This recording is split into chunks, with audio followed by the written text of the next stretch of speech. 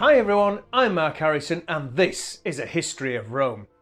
Last week we heard how Rome became a city that was very much divided against itself.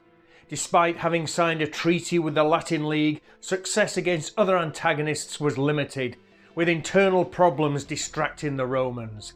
We heard how military heroes such as Gaius Marcus Coriolanus became villains, and respected senators like Spurius Cassius Viscalinus were executed.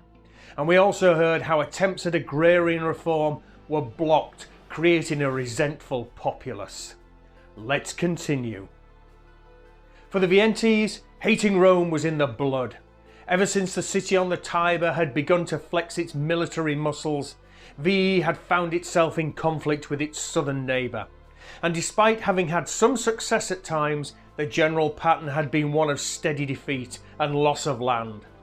Now, however, from the viewpoint of the Veientes, there was perhaps an opportunity. For Rome looked more distracted and weaker than it had in many a year. Over the previous months, Veii had probed and tested its opponent's defences. Perhaps it was time to push a little harder. And so, garnering support from other Etruscan cities, the Veientes struck south into Roman territory. The consuls in Rome for that year of 480 BC were Marcus Fabius Vibilanus and Gnaeus Manlius Cincinnatus. To defend Rome, they had raised a considerable force, which they had now positioned to meet the invading army. Their men were eager to fight, but like so many Roman armies at that time, domestic conflict between plebeians and patricians had made them an unruly, indisciplined bunch, which made their commander, somewhat justifiably, think of them as unreliable. And so, despite the provocations of the enemy cavalry, Fabius held his men back. He told them that he would only give the order to attack if they swore an oath not to return until they were victorious. The oath extracted, he then let them off the leash. The fight was a bruising encounter.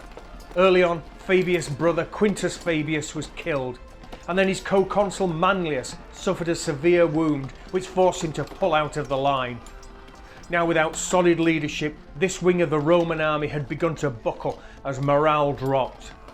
But the hearts of the men were lifted once more when Manlius made an appearance to confirm that he still lived. And their resolve was stiffened further when Fabius moved over to take direct command. The line held. As time wore on, the fighting appeared to die down, and the two combatants began to disengage. But the Veientes and their Etruscan allies then saw and seized what appeared to be an advantage. They moved swiftly around the Roman flank and attacked their camp to the rear. There, they faced only a few reserve troops, which they brushed aside before entering the camp. Though initially caught off balance, the Romans responded fast enough to turn the tables. Under the wounded Manlius, a large contingent of men encircled the camp and trapped the Veientes. Now realising that they were in a desperate position, the Veientes hurled themselves at the Romans in an attempt to break the trap, but their first assault was thrown back by accurate missile fire. Undeterred, they tried again. This time they managed to cut down Manlius. His death left the Romans reeling and they began to waver. At this point, Fabius' troops were starting to arrive at the battle point, but in an area blind to the Veientes. Realising this, an officer within the encircling force ordered that a gap in the ring be created. Seeing a chance for escape, the Veientes rushed through the gap, unaware of what they were heading into. They fled headlong into the troops of Fabius. Panicked and disorganised, the soldiers of Veii and its allies were easy pickings, and they were slaughtered. The Romans had had a victory, though it had come at some cost. Fabius had lost a brother and a co-consul. In grief, he refused to accept the triumph that he was due. Victory on the battlefield, however, did nothing to sort out Rome's domestic issue of that time, the vexed question of agrarian reform. In fact, it did much to heighten it. At the end of the year, Tribune Titus Pontificius put forward the same proposal that his colleague Spurius Licinius had done the previous year. The result was the same. The Senate rejected it. And as the new consular year opened, Caesar Fabius Fibulanus, once more elected to the top job, looked to push his version of agrarian reform, asking that the Senate accept that the plebs receive land that they had won in the recent wars, but again, the proposal was rejected. With the can now kicked firmly down the road, the Senate looked to refocus their attention on the continued threat from the Veii. This enemy had been beaten, but not outright defeated. And to make matters worse, Rome's allies to the south, the Latins, had once again been invaded by the Equi.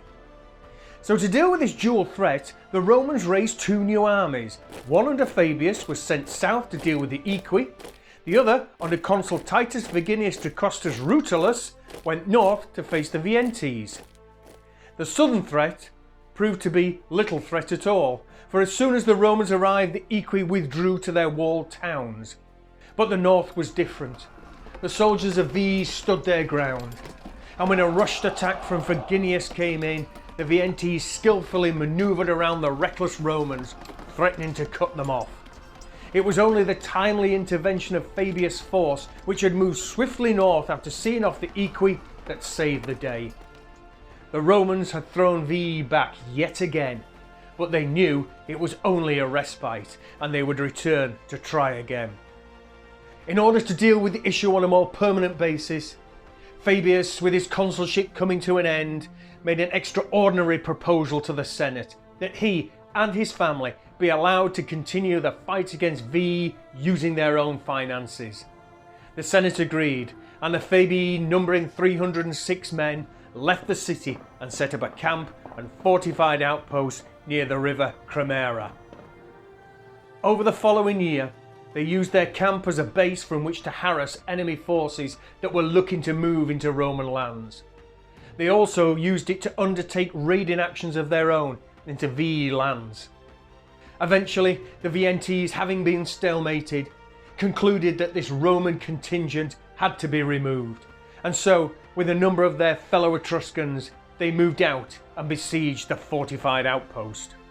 Heavily outnumbered, it could have been the end of the Fabii, but they were saved by the timely intervention of a more substantial Roman force under the command of Consul Lucius Aemilius Mammicus, who forced the Veientes to withdraw. And so, by 477 BC, the Fabii were still in position and still making the Veientes' lives difficult. For some time, this raid and counter-raid went on, till one particular day the Romans saw great opportunity for plunder. For some distance from their camp, a large herd of unsupervised cattle was seen to be wandering. This was a substantial prize, and the men of the Fabii quickly set out to round up the beasts and bring them back to their camp. But as the animals had scattered in many a direction, the men trying to capture them also became spread far and wide. All, however, was not as it seemed, for the cattle were a lure to pull the Fabii out of their prepared defences. Having taken the bait, they were now vulnerable. Soon they found themselves under attack, ambushed by a Veii force that had lain hidden. By the time the Fabii had managed to group together, they had been completely surrounded. To try and escape the trap, the heavily outnumbered Romans formed a wedge and charged.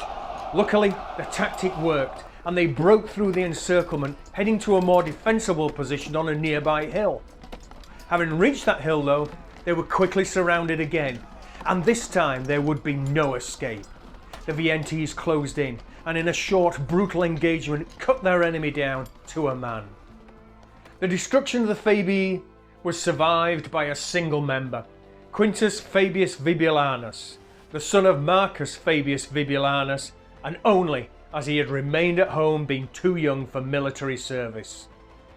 Though this disaster would appear to have been unpreventable given the recklessness of the Fabii, action could have been taken to secure a different outcome, for there had been another Roman force in the area on that day. Consul Titus Menenius Lenatus had been given command of a major Roman army in order to support the efforts of the Fabii in their fight against the Veientes. As the Fabii came under attack, Menenius could have easily intervened without compromising his own position. The reason why he failed to act is lost to history, but the result of his inaction is not. For having dealt with the smaller force, the Veientes now reorganised and took on the soldiers of Menenius and comfortably swept them to one side. And now, with no enemy troops between them and the city of Rome itself, Veii and its Etruscan allies headed south. Arriving outside the walls of Rome, they encamped to the west of the Tiber on the Janiculum hill. There was now only one force capable of defending the city, the one led by Consul Gaius Horatius Pulvillus, and that was stationed in the south, guarding against any renewed aggression from the Volsci. Upon hearing the news of Menenius' defeat, Horatius abandoned his position and headed north. Far more militarily competent than his colleague, Horatius swiftly defeated the Veientes and forced them into a withdrawal. But lacking the manpower to follow up the attack, he left them still pretty much intact. And so, they were able to continue with their raiding and pillaging of the lands of the Roman countryside. The following year, when his consulship was ended, Menenius was prosecuted by tribunes Quintus Considius and Titus Ganucius for his poor military conduct during the war. But Menenius was known to be a strong supporter of the land reforms that the plebeians were so earnestly pressing for. This, and some well-placed family connections, as well as a robust senatorial defence, was enough to save him from the death penalty. Instead, Menenius was ordered to pay a fine that amounted to 2,000 asses. But despite the leniency of the sentence, Menenius would not long survive his trial. Livy reports that, unable to live with the shame of his conviction, he quickly fell ill and died. And so another half a decade had passed, one in which Rome seemed to be caught in a loop both internally and externally. On the domestic front, there had been no end to the constant clamouring for agrarian reforms. The Senate's constant refusal to accept them had not made them go away. And on the military front, there also seemed to be no end to conflict. The enemies may have changed on occasion, but there was hardly a time without at least one of them knocking on the door. Rome had beaten them time and again, but not decisively enough to stop them coming back. Would the Romans ever see a way to break this cycle? If you like our work, please help by subscribing, pressing the bell button and commenting. And we'll see you next time on A History of Rome.